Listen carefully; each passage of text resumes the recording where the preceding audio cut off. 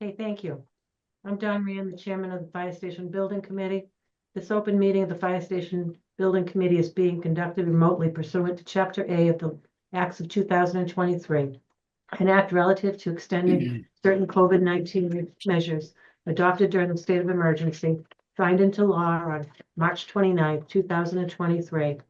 All members of the Fire Station Building Committee are allowed and encouraged to meet remotely.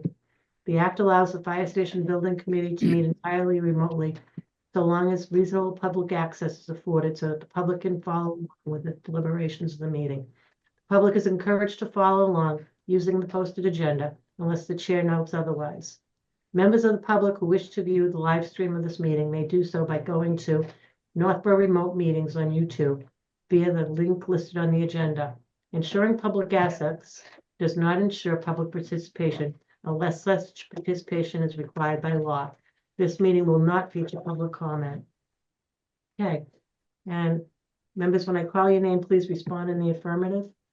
Dan Brillhart, Here. Chief Parenti. Here.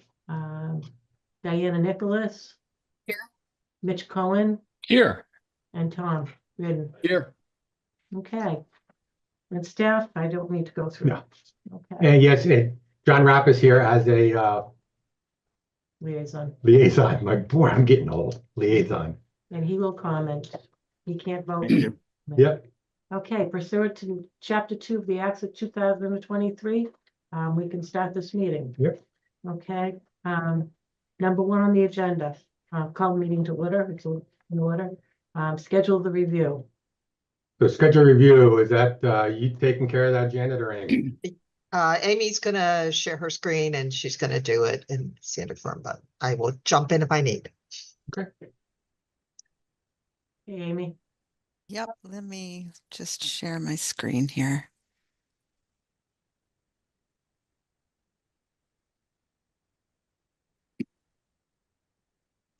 Okay.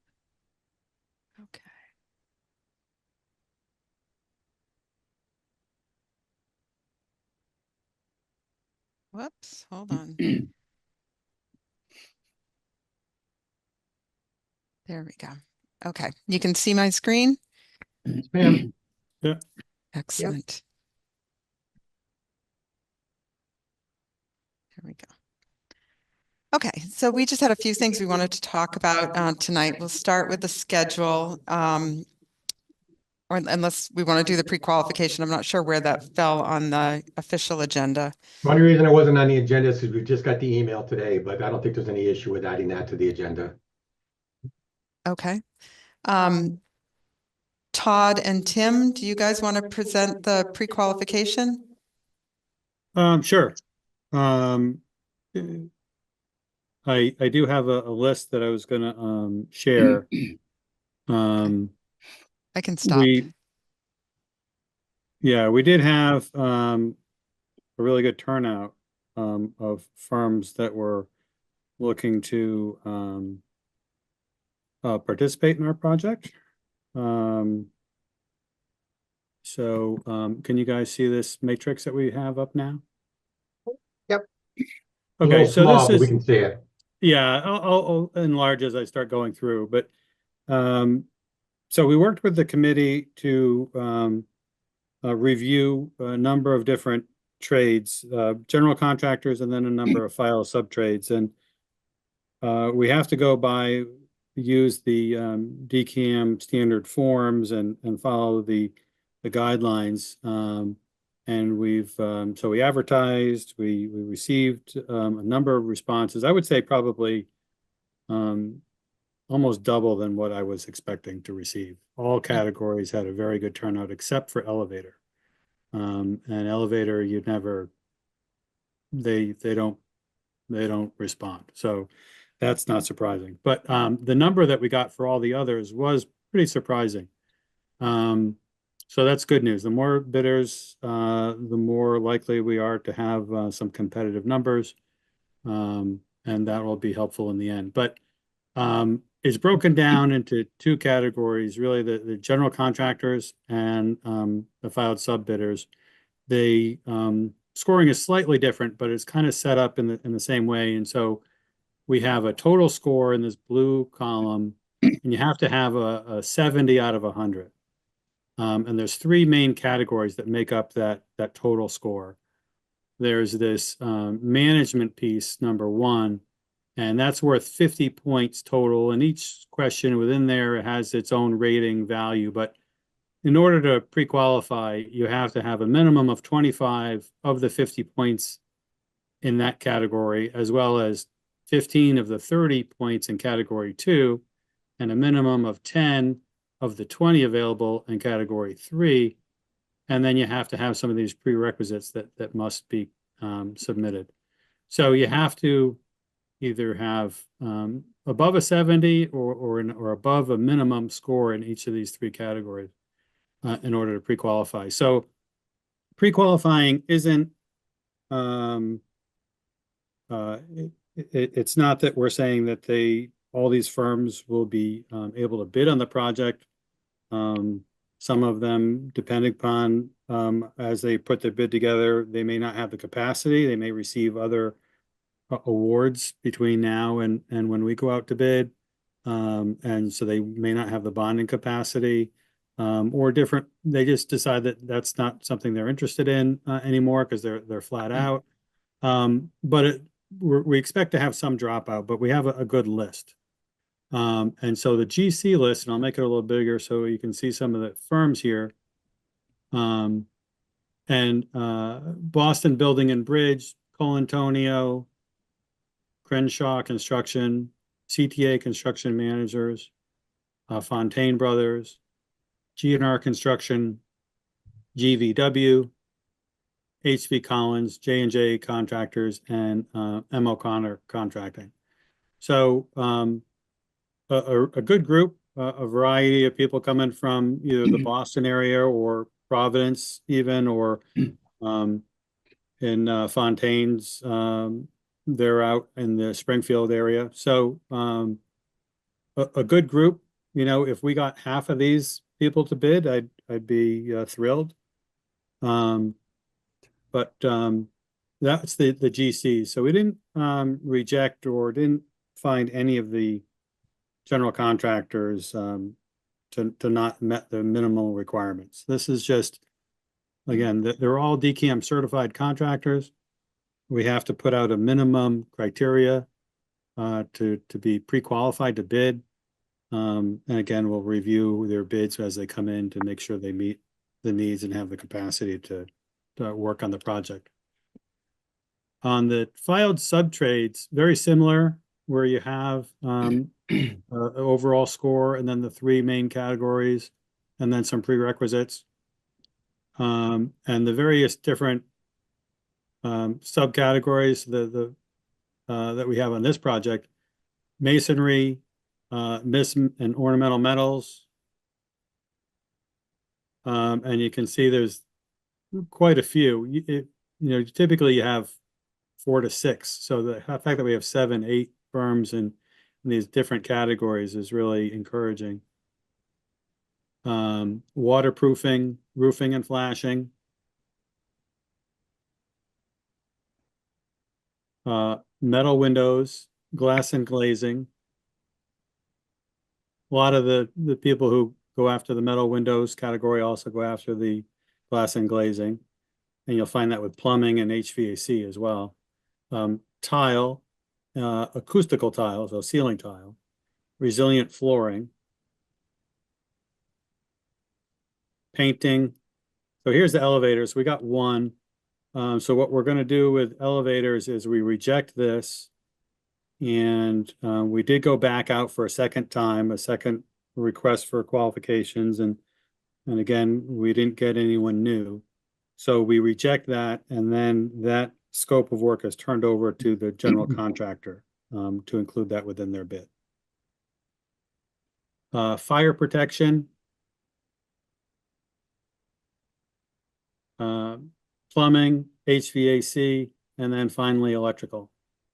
So you can see that oftentimes you might see just 3 or 4 or something. So all of these different categories, we have quite a number of potential bidders.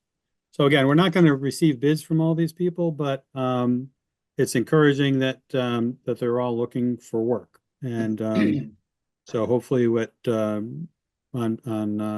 in January, when we have the documents out on the street for bidding, that they're still looking for work and they'll put an aggressive bid in.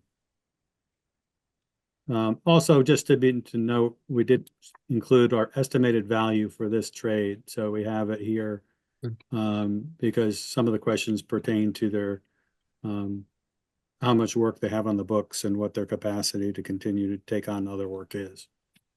So we've gone through that, and so all these contractors will be notified.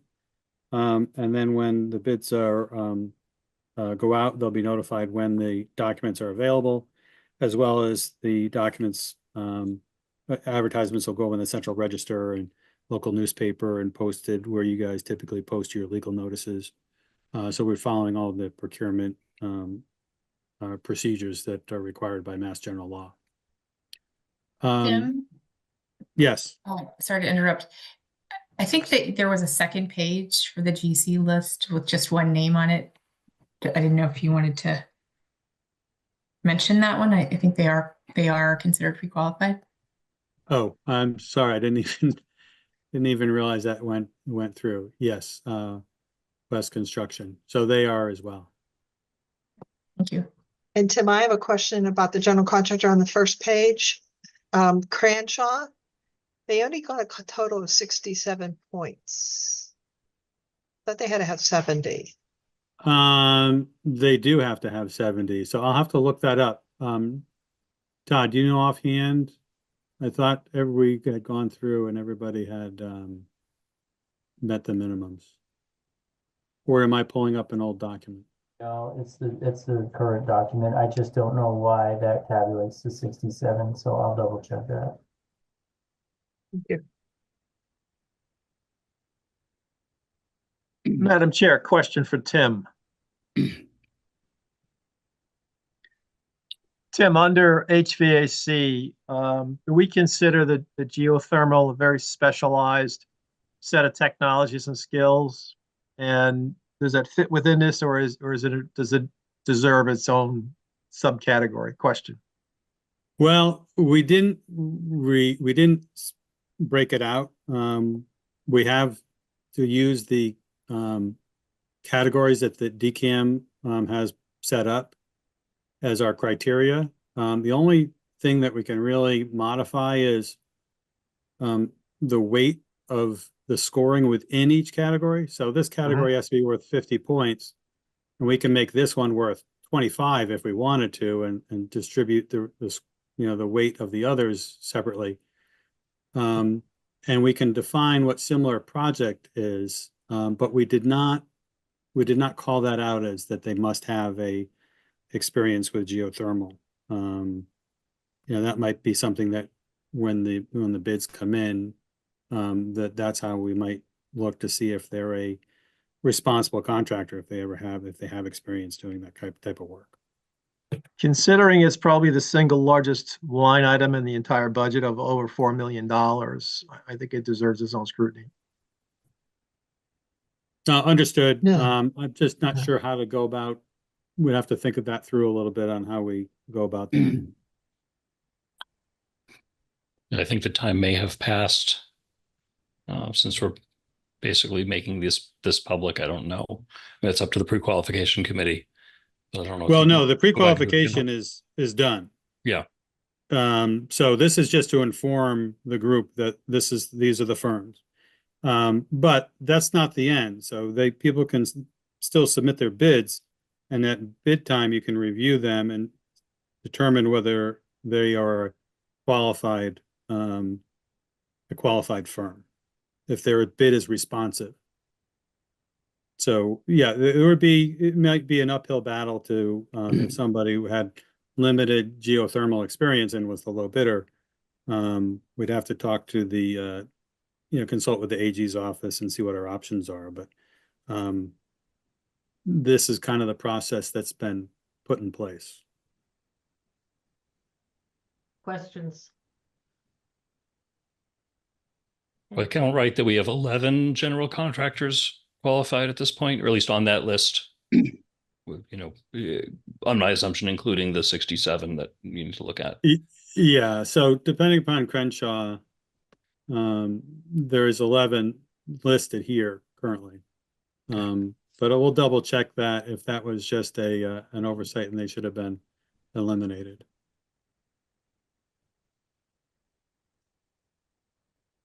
I don't agree. That's a recall, good list.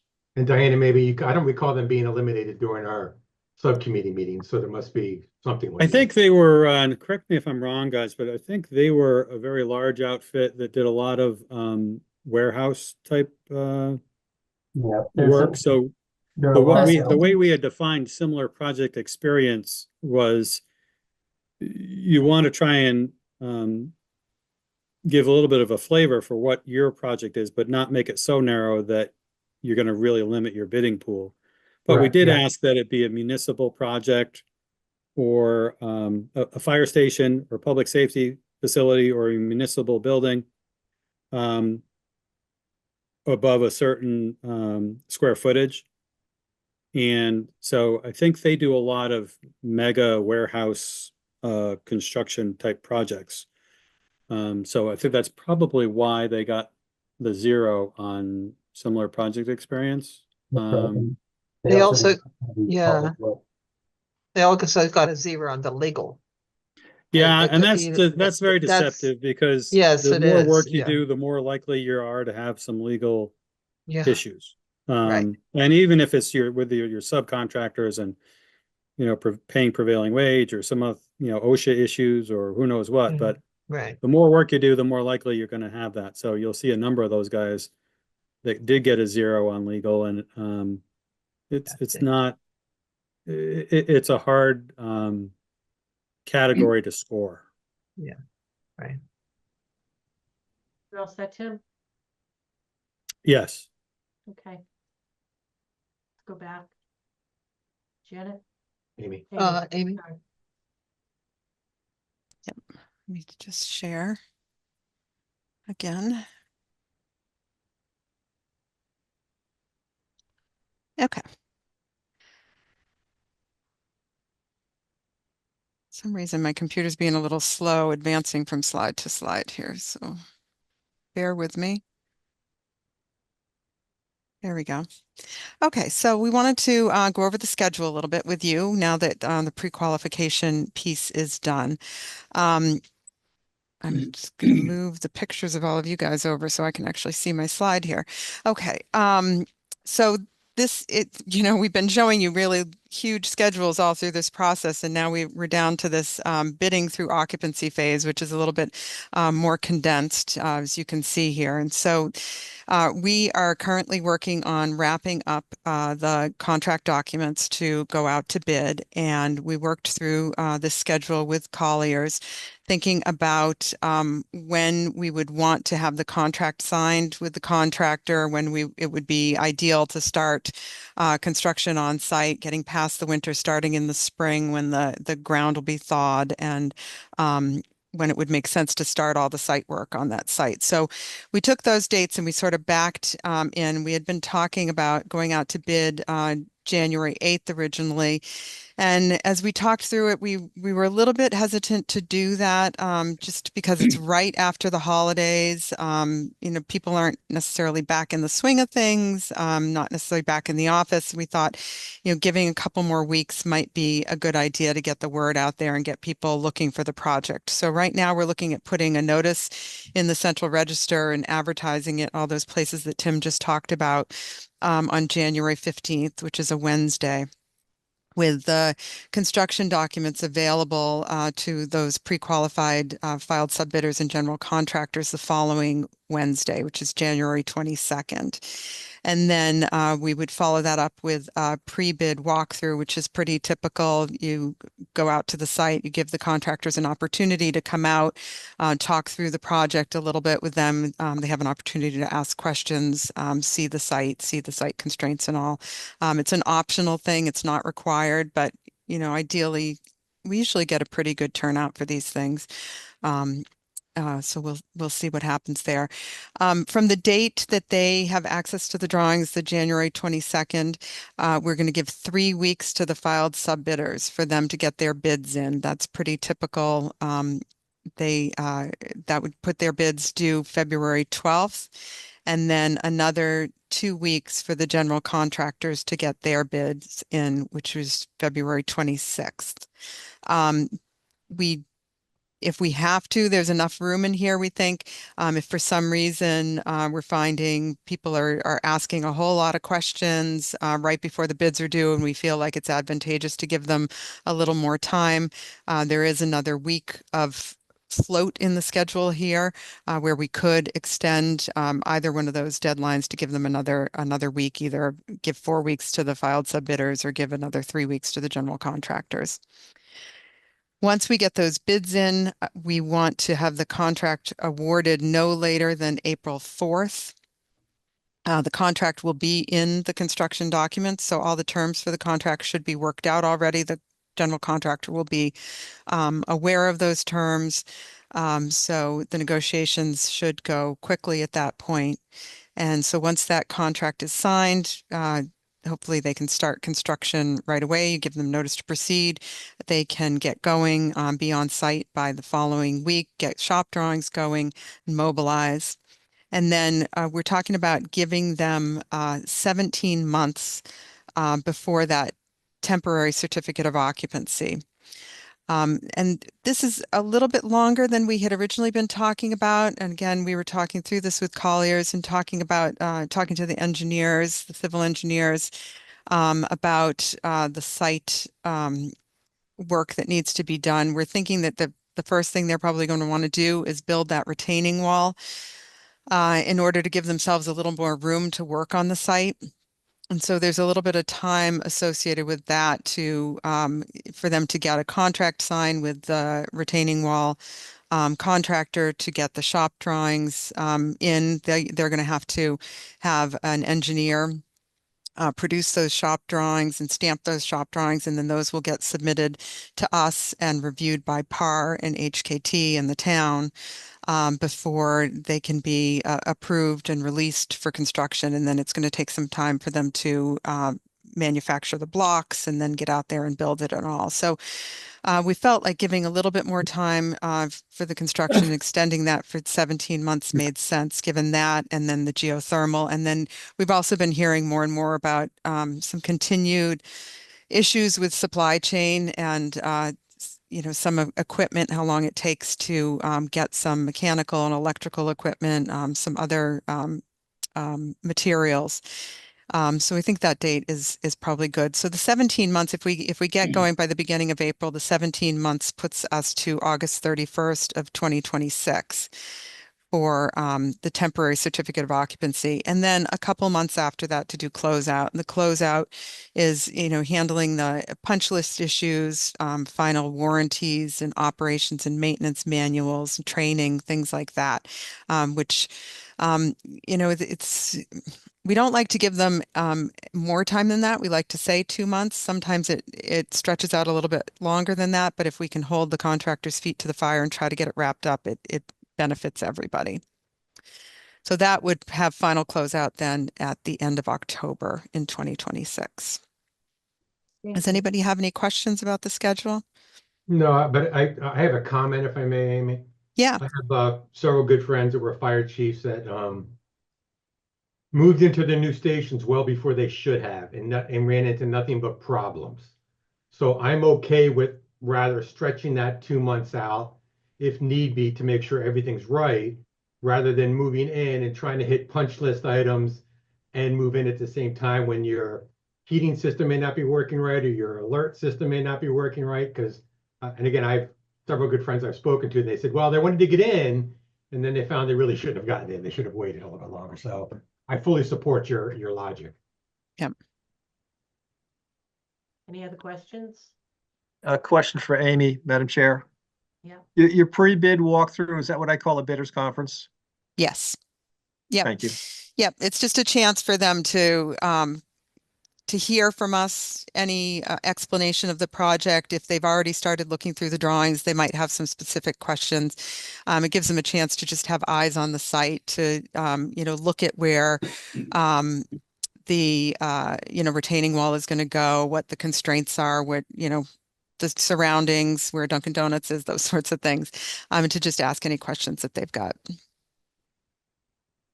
So if it's at the end of January, do you have an alternate indoor meeting place? Because if it's 10 below, I wouldn't want to go to a site meeting. Dunkin' Yeah. Donuts. We can meet here. We can meet here. That's not a problem. Okay. I think I remember back when we did you did the briefing for designer selection. I think we met at the site and then we went over to the fire station right after. So we could maybe even reverse it. We can talk about what makes sense. Sometimes that happens where you go, to a nice warm place and gives people a chance to gather, to sign in, and then you go to the site. It's so close. That might be something we look at. It'll work. Anything else? Okay. Okay. No. Still going. So the other piece of schedule that we wanted to talk to you was about permitting. And, we've talked before about the promulgation of the 10th edition of the building code, and it's been complicated. So as we've talked about before, this project was designed and detailed under the 9th edition of the code. And we had been talking about the construction documents, or the permitting set, needing to be in the hands of the building inspector for permitting by the end of December to meet the concurrency period. The code was finally officially adopted on October 11th of this year. And so that doesn't give much time for a concurrency period. And the Board of Building Regulations and Standards got a lot of pushback from the design community about that, having such a short concurrency period. And so they recognized that, but there are some complications with them extending that because the date was actually ratified in the language of the code. So on October 21st, the BBRS voted to extend the concurrency period through to June 30th, 2025. And that would mean that the concurrency period would extend, and the 10th edition wouldn't become mandatory for every project until July 1st of 2025. There's still legal steps that have to happen, though, to make that official. And so the state recognizes that this needs to happen, and they're trying to work through the process as quickly as they can. But how that's going to happen is still a little unclear. On November 12th, the General Counsel indicated the action to extend the concurrency period was an emergency amendment, and they extended the period until January 31st. And then there's a public hearing scheduled with the BBRS on December 2nd for a vote and promulgation of the concurrency period until June 30th. So, and there's also been some discussion about if this doesn't all happen in time, that they could maybe do a blanket variance to allow every project to have this concurrency period extended until June 30th. It's complicated. So we had talked before about, trying to permit this project without a general contractor on board, and we are still moving ahead, assuming that we are going to have to get the documents in the hand of the Northborough building inspector before December 31st in order to do that. I think if it gets extended, it's a little bit cleaner to wait and to have the actual bid documents that are in the hands of the general contractor be used for permitting. So I think we would prefer to wait until after the general contract is awarded to permit the project, but we're preparing in case we need to do otherwise. We've been talking to our code consultants, AKF, at least once a week about trying to hear about the latest and what they've heard and what meetings they've attended and what people are talking about with all of this. And we just had the most recent conversation with them today, and they suggested that we reach out to the local building inspector to talk to him, get his feedback on his understanding of the latest movement and dates. And we intend to do that after this meeting, to reach out to him and talk to him about it. But you know, we're following it as closely as we can, and we're just trying to be as responsive as we can to make sure that we can get this project permitted under the 9th edition. So if anyone has any questions, or, you know, Tom and Diana, I know that you're dealing with this in your own work as well. So I don't know Amy, if you can have you any go- thoughts. Amy, can you go to the next page and show them what there's another slide. Sorry. Oh, sorry about it. Sorry about it. So this is actually from the unofficial copy of the 10th edition code that appears on the state's website right now. And the highlighted sections are sections that they actually have in that version that's on their website. And so you can see that they've noted that the change, they've struck the January 1st, 2025 date. Get my highlighter here so I can highlights. Oh, sorry, that's the wrong thing. My laser pointer. There we go. So here in the code, they had the concurrency period written in, and it said January 1st, 2025, and they've changed it to June 30th, 2025. But then they also put this big statement and highlighted it: code change regarding concurrency period is in progress. And they reiterated it down here. So it's not totally official yet, but it is the intent of the state to extend that concurrency period to June 30th. So it just regarding this is why, and this is for more people that are in town that are watching this. That's why you saw some construction work, and not so much construction work, but some digging going on this week. So we had to get the permeability test. That's the right term, correct? I believe. Yes. So we had to get the permeability test done before the permit was issued. So that's why we had companies over there today. Fire department coverage costs within our own budget, and the PAR had people there because it was already in their budget to have someone there. And Public Works actually dug the holes for us. So there was minimal cost for us to put forth, but that's why you did see people working over there this week. And the same thing with several weeks ago, you saw people over there digging the geothermal well. And the reason they were there so long was because their drilling machine broke down for a week. So, but that's all the work that was done there has nothing to do with what was passed at town meeting. It has strictly to do with what we've been working towards. Thank you. Yep. Any other questions? Okay. At the end of your presentation? No, sure. You got more? Janet, you're muted, Janet. I'm trying to unmute myself. Tom, you do some of this work. Are you seeing the same confusion? Or, you know, and Diana too, as well, you deal with this, but you seen any of this uncertainty? So the building inspectors are giving the choice to the design professionals as to which code they're submitting under. So that'll pertain until they finalize the end of the concurrency period. So we're seeing people who are filing under the 10th already, because there's some aspects of the new code that benefit their project. There are not many, but there are some. So I guess it's a wait and see, but I think the general counsel is indicating the end of January at this point, which is well within your target of going out to bid at January 22nd. Mhm. Right. And then, you know, that's the January 31st date, which was the emergency Right. validation. So at least it suggests that it's not December 31st, it's January, but then it could be June. So, you know, it'd be better if it was June, because then the project would be completely bid and permitted by the general contractor. So, Yep. okay. So Thanks, Bob Tom. Federico is the building commissioner, and Yeah. I've spoken with him informally, and he was very willing to work with us to make sure we could continue to use the 9th edition. Yes, and I have written to him and chatted with him about what is required, and There's one, I have to collect all the documents for all the letters and everything, which the only one I've really worked on right now so far is through Scott Charpentier. He has to write a letter, so that's in progress.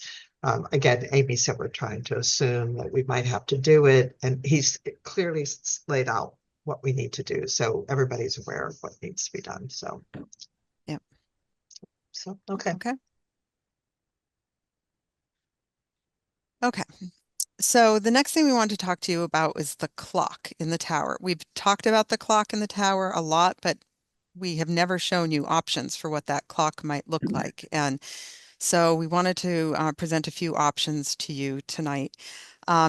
We have been working with a local vendor as our basis of design, and that's Electric Time, who are in Medfield, Massachusetts, and someone we've worked with on projects in the past.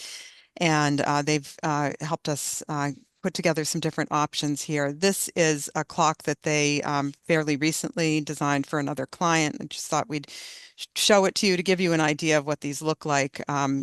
This is, I think this was about a 6 foot, or maybe it might be a little bit wider clock that they did. You can see, let me grab my laser pointer again here. They've got a nice gold band highlighting the outside of the clock here. Another gold band as a little accent in the middle of the clock here. There's a little gold accent piece that attaches the hands to the face. This one's got some Roman numerals and some ticks for the minutes and all. So it's a really nice looking clock, and I just wanted to give you a sense. We're going to show you an option that's very similar to this. But give you a sense of the work they do. Pretty nice looking pieces. So we've got 5 different options to show you tonight. And we've got, for each one, we've got a piece of the elevation where the clock is, and then an enlarged elevation showing the face of the clock. I don't know if you can see this, how well you can see this on your screen, but the clock's options are called out with these letters here. And the letters have to do with the basis of design, companies' standard designations for the face and for the hands for each of these clocks. So it helps us keep track of what we're showing you. So this first option, the face is AS and the hands are NA, just so you know what that means. So all except one of the clocks, I believe, that we're showing you tonight have Roman numerals. As we looked at the different options, we just felt that the Roman numerals fit a little bit better with the aesthetics of the building that we were going for here rather than numbers. But we do have one option with ticks that we'll show you. And this one, the Roman numerals are a little bit elongated. They're stretched out a little bit, so they take up a greater proportion of the clock face. For all of the options, we're showing sort of a frame piece to go around the face of the clock. And then this one has a little bit more traditional, perhaps, hand options, ones that are a little bit longer. You see that the minute hand extends out almost to the edge of the clock here. So that is the first option. Give it a second here. The second option, you can see that the Roman numerals are a little bit smaller dimension. They're, grab my pointer again. The hands are similar, but they're a little bit different from what we just showed you. There's a secondary accent band that sort of encapsulates the Roman numerals. There's a secondary trim band you can see that also encapsulates the Roman Amy, numerals. just a quick question. What's the diameter of, I assume all the clocks are the same size, but what's the diameter roughly? I think it's about 5 feet. Okay. Yeah, it's about 5 feet. Okay. And then let's see. This is the one option that we are not showing Roman numerals. In this one, we've got ticks. You can see at the quarter hours, there are 2 ticks. So at 12, 3, 6, and 9, we've got the 2 ticks. And then there's 1 tick for the numbers in between. And then there are minute ticks on the outer rim, on the outside of the hours. And there's another accent band. And here the hands are a little bit more streamlined, a little bit more modern looking. Here's another example with some Roman numerals and with some minute ticks going around it.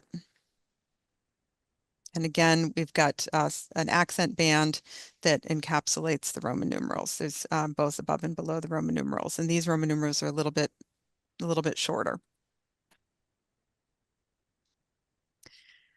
And here the Roman numerals are a little bit finer, and again, we've got the accent bands around the top and bottom, and then we've got the ticks for the minutes.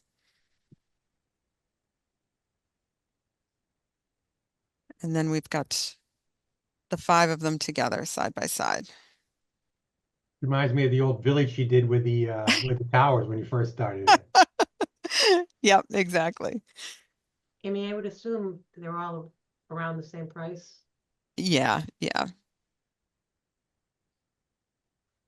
So if I could express my preference for clock 1, the elongated Roman numerals seem to be consistent with the elongated window detailing. We have long, skinny casements, and they have long, skinny, rectangular mutton patterns. And I think the scale of the Roman numerals seem to fit in better with the overall proportions of the building. I would say 1 or 3. I also like the proportion of those Roman numerals, Tom. I would add to that, readability is an issue. People walking or driving by don't need to squint at what time it is. And I don't think the design review committee would let us put a digital, truly digital display up there. My 2 cents. Is there a concern that a large portion of the population won't be able to read the Roman numerals? Large portion of. My comment was, whatever the committee decides to do, readability should be an issue. Okay. Number 1. And number 2, Amy and Janet, time changes. Is this automatically change itself, or somebody has to climb up there and move the dial? It's automated. I thought so. It's Thank all you. digital. And I should have said too that none of these will be lit. That was one of the things that was discussed during permitting. We were not permitted to light the clock. My preference would be number 1. I agree. Yeah, I went right to number 1 with number 3 as a second choice. So is the reason we can't illuminate the clock because it's interpreted as a sign? I think that was it. But it's not really a sign. It's not. It's a clock. Yeah. It's not Janet- covered in the sign bylaw. It's been a long time since we had that discussion. I'd have to go back and Okay. I'd have to look too, yeah. I think that's worth doing. I mean, if it's supposed to be an informative clock, it's not going to be very informative in the winter. People can't see it. we can go back and look. Is it conceivable to, if we can't light it internally, light it with a couple of lights from, I assume there's an overhang above pointing down? I mean, that wouldn't probably be as good, but might be a way around it.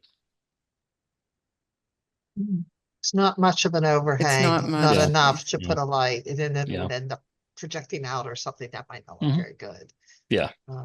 So Yeah, it might be worth asking at least. taking another look Maybe at that. Or Mhm. I don't know if we get a clock that is internally illuminated but don't illuminate it, whether it would look the same or as good as a clock that was not built to be illuminated.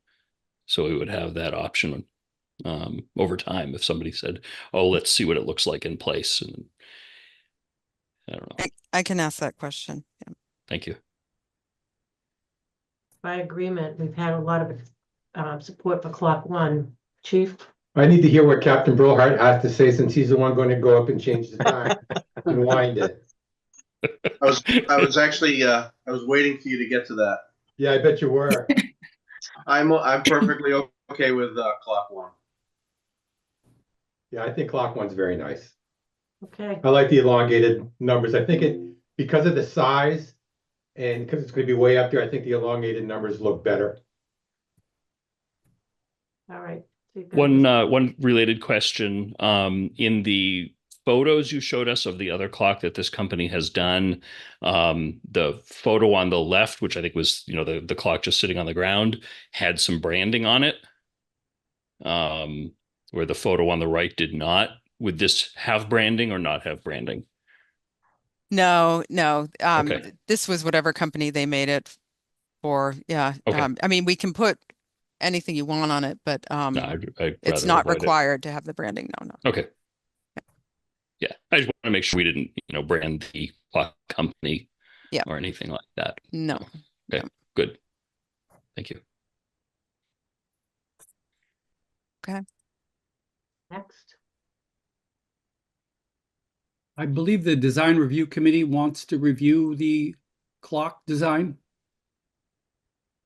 And last time we made a decision or a selection prior to them reviewing it, they were upset about it. So I think we cannot definitively choose something without their review.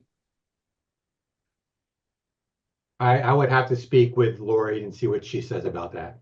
Okay. But it's not a sign. I don't know why they want to review it. No, I'll reach out to Lori and get her opinion on it. Okay. And as soon as I have her opinion, if it's yes, we're good, I'll just reach back out to HKT and let them know. Okay, Okay.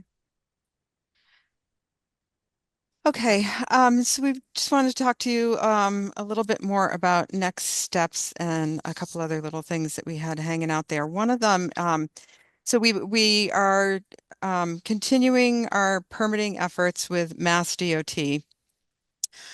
We did get some comments back from Mass DOT. It's very standard. They have engineers from all their different departments review the submission, and then you get a list of comments back. You have to write up responses to the comments, and then I think PAR is going to request to have a meeting with them after that to discuss some of the things rather than just continuing to go back and forth with the paperwork. So one of the comments that they made had to do with a existing sidewalk or crosswalk rather across Route 20. Right now there is a crosswalk right here in front of the bank. And they are strongly suggesting, but that we move that crosswalk to in front of the building to allow there to be a push button to control the light so that someone could push the button to request to cross the street. There would be a little bit of additional cost to do this, and so we felt like we should run it by you. We did ask PAR to take a look at it and just give us a sense of, rough order of magnitude what the cost would be. We didn't have a professional cost estimator look at it, so it's just a rough order of magnitude. And their thought is that it would probably be in, the low tens of thousands of dollars for the change. Right now, there's an accessible sidewalk ramp here that leads from the sidewalk down to the crosswalk. There's another ramp over here, so that would have to be taken out.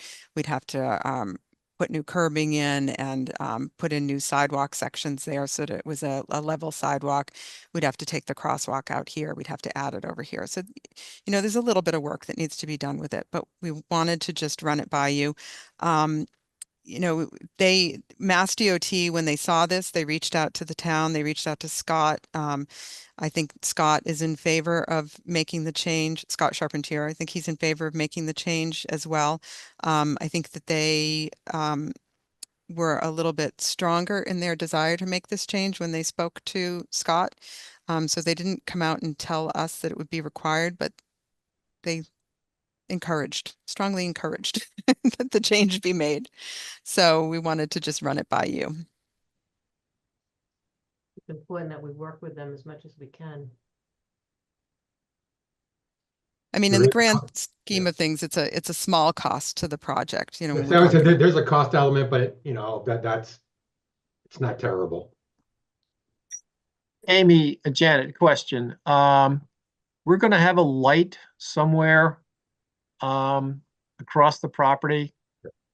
Yes? Yeah, yep. So yes, And there's a signal presumably here. there'll be a pole that supports that light? Yep.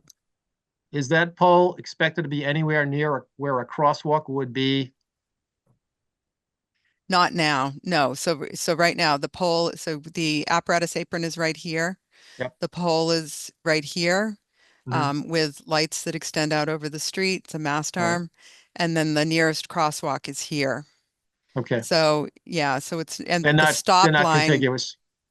no, so the stop line, is right here. So the traffic, if this light turns red, the traffic stops right here and the traffic stops right here. So it wouldn't really work. And I'm not sure how, PAR has not designed this yet. They haven't figured out how this would all work, but I'm guessing that, the crosswalk would probably be, over here and that stop line might move a little bit. I'm not sure. I'm not a traffic engineer, but it seems Okay. logical that they wouldn't have people, crossing over by the driveway. All right, thank you.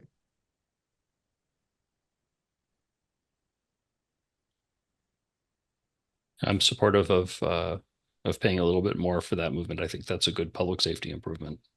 That justifies the cost. Okay. Do we need to take a vote or anything, or?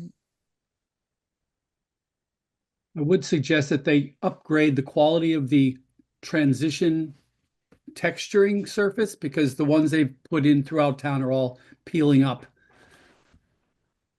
It needs to be embedded in the concrete or macadam. You're kind of using decals now. Oh, okay. I'll ask PAR.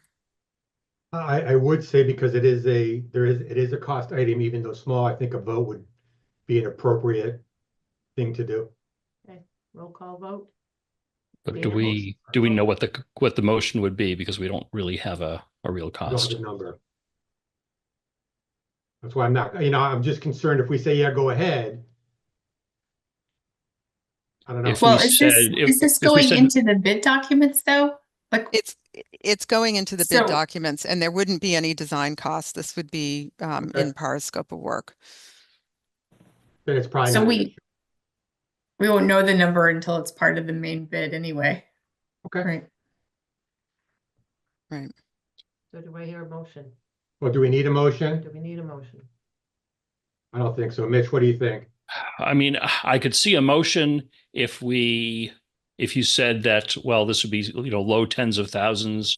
If we said not to exceed 35,000, or again, we won't know for sure until it's part of the bid, and we might not even know what the real cost is there. Yeah, I I mean, think- you would have to I- bid it out as an alternate somehow, and that wouldn't Yeah, I don't really wanna- work yeah. with the permitting. Well, I think, how about process. this? How about a motion to add this to the bid specification? Does that work? And the design, site Yeah, design. for the site design. So I'll make a motion to add the relocation of the crosswalk as presented to the site design. Well, second. Yeah. Made and Okay. seconded. Dan? Aye. Diana? Aye. Mitch? Aye. Tom? Aye. Chief? Aye. John? Aye. Perfect. Ed? Great. Thank you, Mitch. I appreciate that. I just wanted to make sure there was something that said we're okay with that. Yeah. Sometimes it takes more time to figure out the motion than it does to describe the change. Okay. So the other next steps, we do want to schedule a time to sit down with the fire department and just, go through the drawings, review the project, make sure that they're okay with everything that we're showing, that we've incorporated everything that they have asked for. It's just, we call it a page turner, because that's basically what we do. We print out the set of drawings and we just go through it and talk through the details with them and all. So we will be getting in touch with the chief and setting that up. Right. And at the same time, we're going to talk a little bit about the interior finishes and what we're specifying in different areas, where we have carpet, where we have linoleum, where we have porcelain tile, those sorts of things. We have started gathering some samples that we were planning on using for the basis of design when we're writing the specifications. As we've talked about before, it's public bid, and so we have to write the specifications so that we have at least 3 equal products that we're specifying, but we do try to put something in as the basis of design that sets sort of the aesthetic and quality standard for what we're looking for. So we're going to show them some of that. We've been gathering some tile samples and thinking about ways to incorporate a little color, maybe have some red accents going through in places like toilet rooms where we have ceramic tile on walls. Maybe there's some red accents there, places like that. So we'll bring some of that, those things to meet with the fire department and anyone else who's interested at that time. We talked a little bit about permitting. If we need to apply for the permit before the general contractor's on board, we're prepared to do that. And so we'll just keep talking to AKF, our code consultants, and following what's happening with the concurrency period. And we'll keep in touch with the building inspector and make sure that we've got everything ready to go if we need to pull the trigger before the contractor is on board. And we're just plowing ahead, completing the documents for bid. We've got, if you could see behind me, we've got stacks of paper, drawings from the engineers, drawings from our team. We're reviewing it all. We just had them submit some sets for review, and we're going through review and coordination right now and making sure we've got everything incorporated for the bid. So, So Amy, when do you think you might be presenting the interior finishes to the fire department? Well, I think it will probably be, well, it will be in December at some point. We haven't set a final date, but if other folks want to be part of that, we can include Let other me know, and I'll people. make sure the whole committee hears about it. Okay. Janet, I don't think we've talked about a date, No, but I was just yeah. gonna say we haven't, and Tom, I think because it's public bid, we focus and start with carpet because it's the hardest thing to, to control and get something we want, and then we, work around that. But I can see it, well, not the first week after Thanksgiving, but either the 9th or the 16th. I can't even think of my own schedule. I know I just schedule something I for know. 2 weeks, but Yeah. but we'll pick a time and work with the department for flexible their process. And then but it's not going to be like a formal board presentation, Tom, that you might do for like a finished board, because there's just a little bit, we like to put down big samples of the carpet on the floor and have people look at it, walk on it, change the light. And we don't have the right light. That makes a big difference. You'll know that from picking furniture, and that we don't have the color of the lamps to look at it completely, but we'll do the best we can, and we have to do it in the daylight, so it won't be in the evening. So Yeah, and once we get into Janet, can you mute for a sec? oh, sorry. Yeah, I sit right behind her, and there's a lot of There's an echo. Sorry. So once we get into construction and we start getting submittals, we'll do a formal finished presentation to the committee with options. But there are so many unknowns at this point. You don't, as Janet said, we're going to try to narrow it down to 3 carpets, for example. But within each of those carpet manufacturers and styles, there are multiple different color options available. And so there's just too many unknowns to sort of narrow it down to a single palette at this point. So what we typically do is when we start construction at the kickoff meeting with the contractor, we talk to them about the requirement that we're not going to approve any interior finishes until all of the interior finishes are submitted. So they need to get going on that as soon as possible. And we get the whole palette put together so that we can put options in front of the committee at that point once we know exactly what products they're submitting on. So there'll still be another chance, but this is just, to make sure that we get products in the specifications that are in the range of aesthetics and what people like. So, Any questions? okay, Else? that's all I have. Okay, I have some other business, if I may. okay, Chief, anything that legally can come before the committee? Yeah, I hope so. I received an email from the Assistant Town Administrator at the Select Board meeting the other night. One of the members inquired about, and we had talked about this before, saving some of the stones from the walls over there and where we can save them. So I reached out to HKT and they spoke with PAR, and there is limited space on site that we could put them. There's not a ton of space that's available because we don't want to put them way up on top of the hill for obvious reasons, right? And we don't want to have to be moving them every time something happens. So, you know, we put them in a pile and then we have to move them, put them in another pile, and then we have to move, put another pile. So that all becomes cumbersome. The best option obviously would be if there was a site remote and you could put them all there, but I don't know of anything. Mitch, do you know of any sites that are available? I mean, the town owns a lot of land. There's, you know, various open spaces of different types.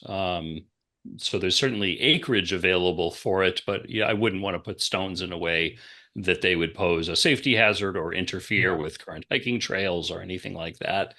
I And think there is it's a cost issue for transporting them wherever we take them Yeah. to. Yeah, absolutely. Yeah, I think, you know, there's the question of where do we put them, and then who moves them, and then who pays for the moving. Right.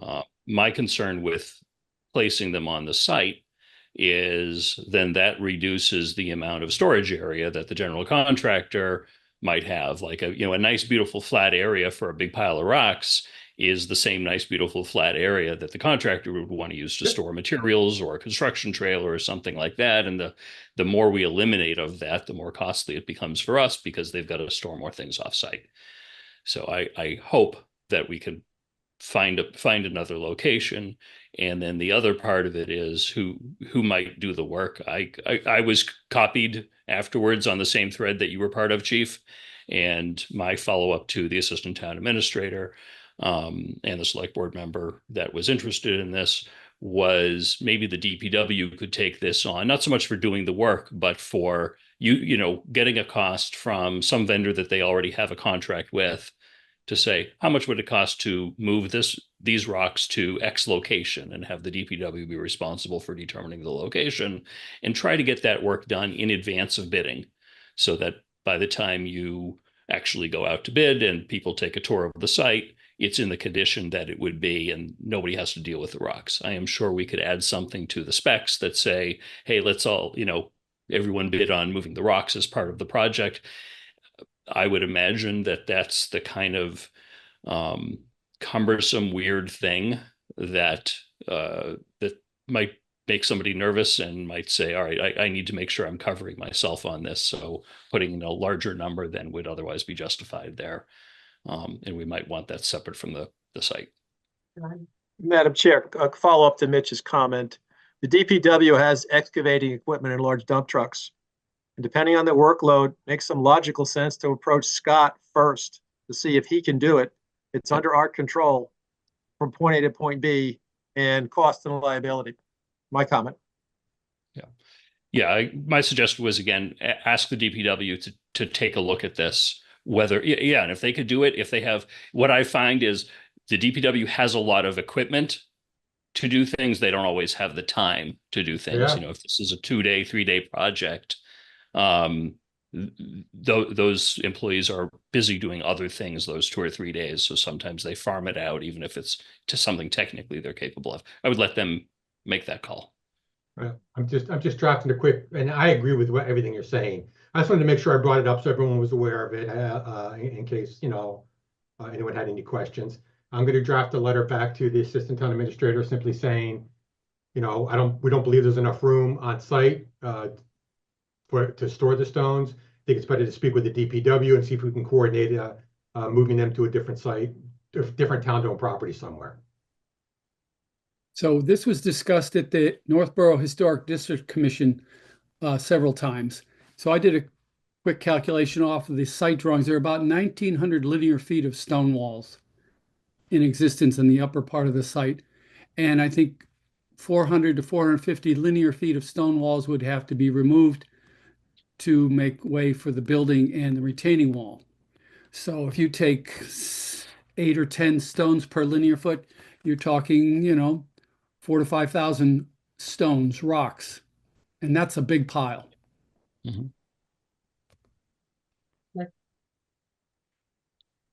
Chief, I I just have forwarded a- you the email that I had that I sent to the town administrator. So you have, And I just you have a forwarded written you it. version of the same thing. That's funny, because I just yeah. forwarded you the email I just drafted. Yes. One other thing, if I may, that I'm gonna take a little liberty to say tonight, I really think this is important.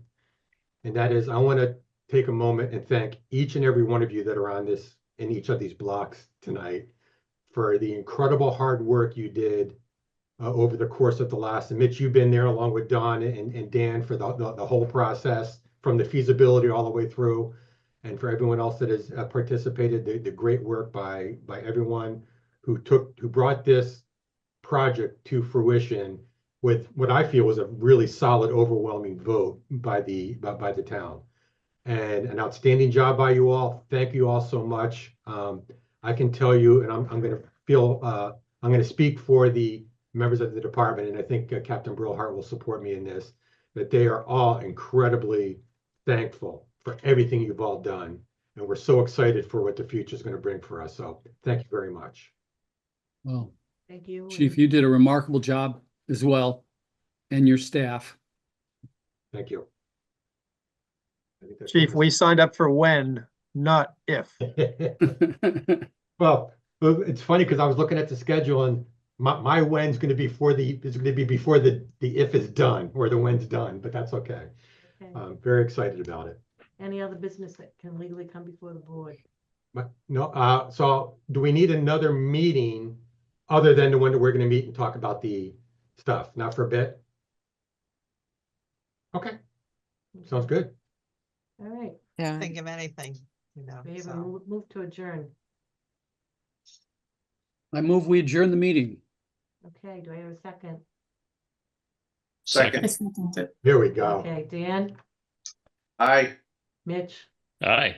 Diana, Aye. Tom, Aye. Chief, I and Donna's aye. So thank you all. thank you, Kaylee, for tonight, helping out. Have a nice holiday, everyone. Yeah. Happy guys. Thanksgiving.